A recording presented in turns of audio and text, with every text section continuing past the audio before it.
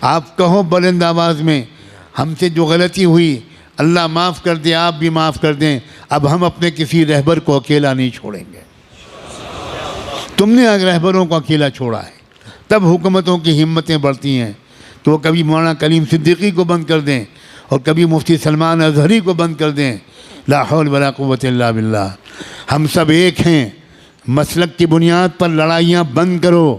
اگر آپ کو کسی مسلک سے تعلق ہے بہت مبارک، لیکن ہمارا اصل مذہب کلمہ طیبہ لا الہ الا اللہ ہے۔ ہمارا کلمہ ایک ہے، ہمارا قرآن ایک ہے، ہمارا قبلہ ایک ہے، ہمارے رسول ایک ہیں، ہمارا رب ایک ہے، ہمارا دین ایک ہے، اور ہمارا انجام بھی ایک ہے۔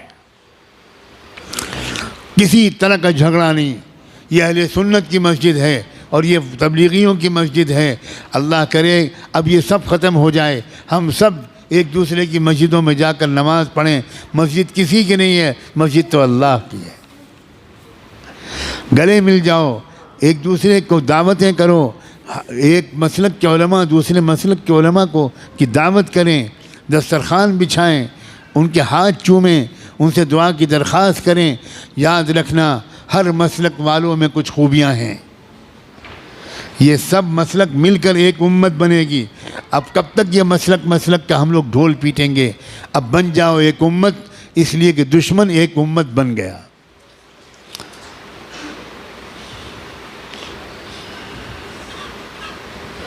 قرآن نے اعلان کیا ہے والذین کفروا بعضهم اولیاء بعض الا تفعلوه تکن فتنة فی الارض وفساد کبیر۔ کفر کی طاقتیں ایک امت بن گئیں، ایک قوم بن گئیں، ایک جماعت بن گئیں، ایک سنگٹھن بن گئیں، ایک تحریک بن گئیں۔ آپس کے اختلافات انہوں نے ختم کر کے ایک ہو گئے وہ تمہارے خلاف۔ الا تفعلوه تکن فتنة فی الارض وفساد کبیر۔ اگر تم بھی ایک نہیں بنو گے، اگر تم ایک دوسرے کے مددگار نہیں بنو گے، تو یاد رکھنا تمہاری اس بدماشی کی وجہ سے، تمہاری اس بدفعلی کی وجہ سے پوری دنیا میں فی الارض فتنة و فساد کبیر، بہت بڑا فتنہ و فساد پھیلے گا تمہاری پھوٹ کی وجہ سے۔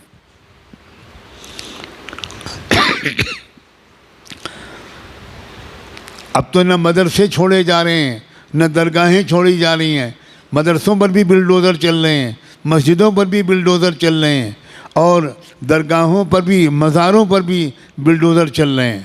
واہ واہ واہ واہ۔ اب بھی امت ایک نہیں ہوگی، اب بھی درگاہیں اور مزارے والے الگ رہیں گے اور مدرسے والے الگ رہیں گے۔ اب تو بھائی خدا کے لیے اب تو ایک ہو جاؤ، ایک ہو کر مضبوطی کے ساتھ ایک طاقت بنو، اور اس بات کی عادت ڈالو کہ جب یہ میرے جیسا کوئی کہنے والا یہ بات کہے تو جس مجمع کے سامنے کہے اس مجمع میں سے کم 50% لوگ وہ باقاعدہ اپنے علاقے کے ذمہ داروں کے ساتھ آئیں، میرے پاس آئیں، میرے جیسے لوگوں کے پاس آئیں اور تفصیل پوچھیں کہ ہم اپنے ملک کو سنبھالنے کے لیے کیا کریں۔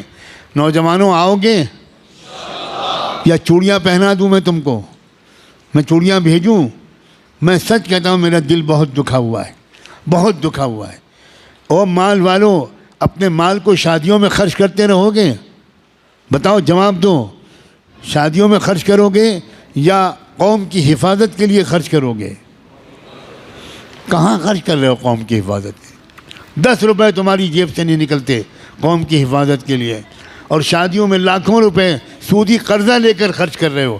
میں تم سب کو اللہ کے حوالے کرتا ہوں، جن لوگوں نے مال کو شادیوں میں خرچ کیا ہو، اللہ آج ان سب کا نام لکھ لیجئے۔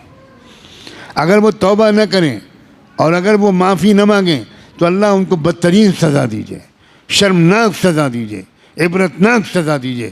رمضان کے جمعے میں زندگی میں پہلی مرتبہ یہ میں بددعا دے رہا ہوں۔ کیا ہو گیا ہے تم کو؟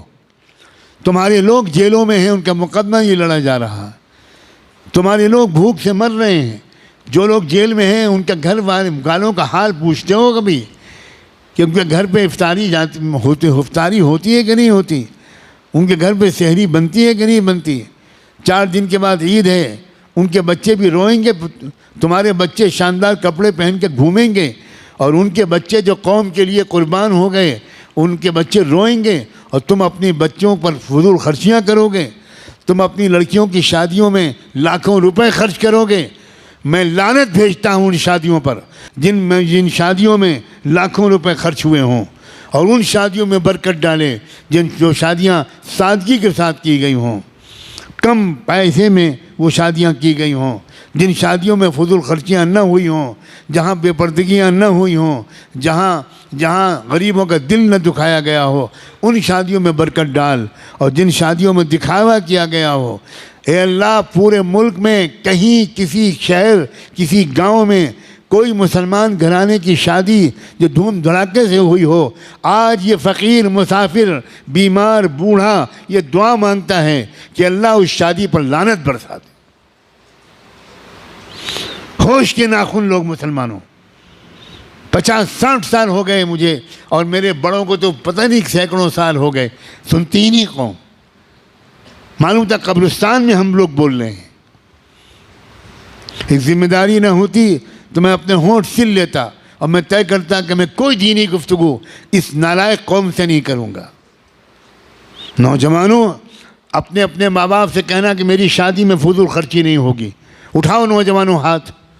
کون نوجوان کہیں گے شاباش، اللہ تمہیں خوش رکھے، تمہیں ضد کرو، تم کہو کہ میں بائیکاٹ کر دوں گا، میری شادی میں فضول خرچی نہیں ہوگی، میری شادی میں لڑکی والوں کی طرف سے جہیز نہیں آئے گا، میں کماؤں گا، میں 12 گھنٹے ڈیوٹی دوں گا، میں کما کر اپنے گھر میں ڈبل بیڈ لاؤں گا، اے سی لاؤں گا، فریج لاؤں گا، ڈنر اور ٹی سیٹ لاؤں گا، سب لاؤں گا، لڑکی والوں سے لڑکی کے سوا کچھ نہیں لوں گا۔ وہ اپنی نازوں پالی بیٹی میرے حوالے کر رہے ہیں، یہ کوئی معمولی احسان ہے؟ میں جہیز نہیں لوں گا، میں فقیر نہیں ہوں، میں یتیم نہیں ہوں، میں اپاہج نہیں ہوں، میں معذور نہیں ہوں، میں چلتا پھرتا ہٹا کٹا نوجوان ہوں، میں کماؤں گا اور اپنے منہ میں لقمہ بعد میں رکھوں گا، پہلے اپنے ہونے والی بیوی کے منہ میں لقمہ رکھوں گا۔ یہ مزاج مسلمان نوجوانوں کا ہونا چاہیے۔ اگر ان کی ماں لالچی ہے کہ جہیز آنا چاہیے، اکثر یہ عورتوں کی لالچ ہوتی ہے اور لڑکے بھی اس میں پھسل جاتے ہیں۔ لڑکوں کو چاہیے کہ ماں کے پیر پکڑ کر، ماں کے قدموں پر سر رکھ کر اس بات کی خوشامد کریں، میں رسول اللہ کا غلام ہوں، میرے گھر میں جہیز نہیں آئے گا، میں محمد مصطفیٰ کا غلام ہوں، میں مسلمان ہوں، میرے گھر میں جہیز لڑکی کے گھر سے نہیں آئے گا، میں پہلے شادی سے پہلے بھی پورا سامان گھر میں لاؤں گا، اور شادی کے بعد جو کمی ہوگی وہ بھی پوری کر دوں گا، اپنی ہونے والی بیوی کو راحت کا جنت کا احساس دلاؤں گا، خود بعد میں کھاؤں گا، پہلے اپنی پیاری بیوی کو کھلاؤں گا۔ لیکن امی، جہیز لڑکی کے گھر سے نہیں آئے گا، میں عام آدمی نہیں ہوں، میں رسول اللہ کا غلام ہوں، میں رسول اللہ کا امتی ہوں۔ مجھے امید ہے کہ اتنے درد کے ساتھ رمضان کے جمعے میں یہ باتیں جو کہی گئیں وہ جہاں تک پہنچیں گی اثر کریں گی۔ سب سے پہلے یہاں جو آپ براہ راست سن رہے ہیں یا دنیا میں کہیں پر بھی یہ پیغام ایک مسافر کا پہنچے گا، ہر گھر میں اس پر تذکرہ ہوگا، مشورہ ہوگا، مذاکرہ ہوگا۔ اللہ تعالی ہم سب کو نیک کاموں کی توفیق عطا فرمائے۔ وآخر دعوانا ان الحمد للہ رب العالمین۔